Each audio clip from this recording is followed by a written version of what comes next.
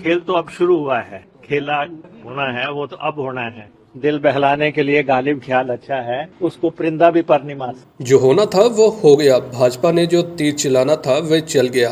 अब परिंदा भी सरकार को पर नहीं मार सकता है। कांग्रेस के सभी विधायक एकजुट हैं। उपचुनाव के बाद कांग्रेस के विधायकों की संख्या और बढ़ेगी। 4 जून के बाद प्रदेश में कांग्रेस की सरकार स्थिर, स्थायी व सशक्त होगी। सरकार पूरे 5 साल चलेगी। ये बात प्रदेश के उप मुख्यमंत्री मुकेश अग्निहोत्री ने कही। मुकेश अग्निहोत्री ने कहा कि भाजपा ने जो करना था वो कर लिया। उन्होंने कहा कि अब तो स्थिति ये है कि भाजपा में बगावत हो रही है। उन्होंने कहा कि भाजपा को तो अपना कुनवा संभालना चाहिए। उन्होंने कहा कि भाजपा ने जो तीर चलाना था चल गया, अब खाली फायर होंगे। उन्होंने कहा कि कांग्रेस के सभी विधायक एकजुट हैं। मुकेश अग्निहोत्री ने कहा कि हम सतर्क हैं, सजग हैं। कांग्रेस पार्टी हर साजिश, हर षड्यंत्र का मुकाबला करेगी। उन्होंने कहा कि सत्ता के लालच में भाजपा कहां तक चली गई है, सब जानते हैं कि यह क्या खेल हुआ है। उन्होंने कहा कि खेला तो 4 जून के बाद भाजपा के साथ होगा। मुकेश अग्निहोत्री ने कहा कि प्रदेश में कांग्रेस पार्टी सोच विचार, कार्यकर्ताओं की भावनाओं को ध्यान में रखते हुए और जीत की संभावना को देखते हुए प्रत्याशियों का ऐलान करेगी। उन्होंने कहा कि लोकसभा व उपचुनाव के लिए मजबूत प्रत्याशी मैदान में उतारे जाएंगे। उन्होंने कहा कि भाजपा को 10 विधायक चाहिए, हमें तो एक ही चाहिए। चुनाव हम ही जीतेंगे। देखिए, अब जो इलेक्शन मोड में आ चुके हैं और जिस ढंग से जिस सिनेरियो को देखा जा रहा है,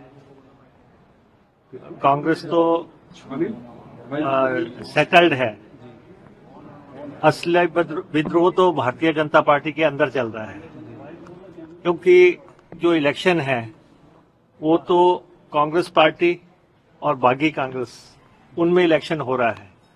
बीजेपी के लोग तो मेयर जो है देख रहे हैं कि हो क्या रहा है। तो भाजपा के अंदर भी काफी विद्रोह हो रहा है। जगह जगह से आप अपने देख रहे होंगे कि उनके जो पिछले इलेक्शन में जो कैंडिडेट्स लड़े थे, सब जगह जो है उनमें नाराजगी जो है फूट के बाहर आ रही है। तो खेल तो अब शुरू हुआ है, जिसको कहते हैं कि जो कहते हैं ना कि खेला होना है वो तो अब होना है। क्योंकि हमारी सरकार को तो किसी ढंग से कोई खतरा नहीं है।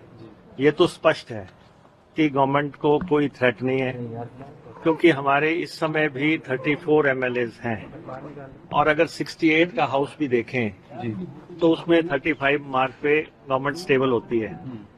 तो हमें तो एक आदमी चाहिए होगा अगर 68 का हाउस हो।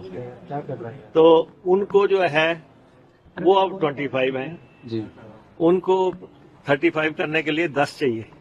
तो कोई मैच ही नहीं है।